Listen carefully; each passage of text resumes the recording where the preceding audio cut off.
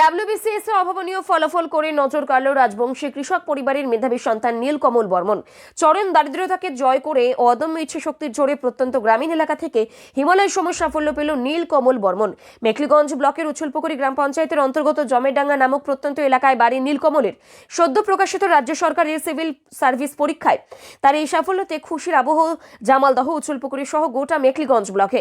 একদিকে যখন জামালদহে নাবালিকা ধর্ষণ কাণ্ড নিয়ে সরগরম এলাকা, তারই মধ্যে নীলকমলের এই সাফল্য কিছুটা হলেও খুশির বার্তা নিয়ে এসেছে এলাকায়। আচ্ছা, এই প্রত্যন্ত গ্রামে জামালদহ থেকে আজকে তুমি একজন ডাব্লিউবিসিএস অফিসার, কি বলবে, মানে কতটা খুশি? প্রথমে আমি আমার এই সাফল্য আমার গ্রামের সকল মানুষকে উৎসর্গ করতে চাই।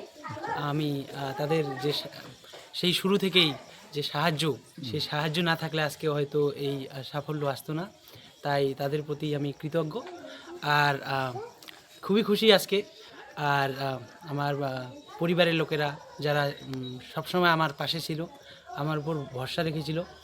আর এটা কখনোই সোজা একটা জার্নি ছিল না। প্রথম থেকেই আমার পরিবারের দিদি, ভাই, দাদা, মা, বাবা সবসময় পাশে ছিল। অনেক সংগ্রামের মধ্যে আমাকে যেতে হয়েছে। তো আজকে ডাব্লিউবিসিএস এর গ্রুপ এতে আমার এই সাফল্য আমি তাদের প্রতি উৎসর্গ করতে চাই। খুবই ভালো লাগছে। আচ্ছা, গতকালই তো রেজাল্ট প্রকাশ হয়েছে না? হ্যাঁ। আচ্ছা, এই যে প্রতিবন্ধকতা, তো আপনার বাবা মানে একজন কৃষক পরিবারের, ঠিক আছে, থেকে আপনি এখানে উঠে আসছেন, তো এই যে লড়াই একটা, ঠিক আছে, কি বলবেন?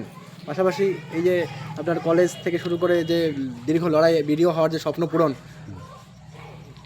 প্রথমত আমি বলি যে ডাব্লিউবিসিএস গ্রুপ এ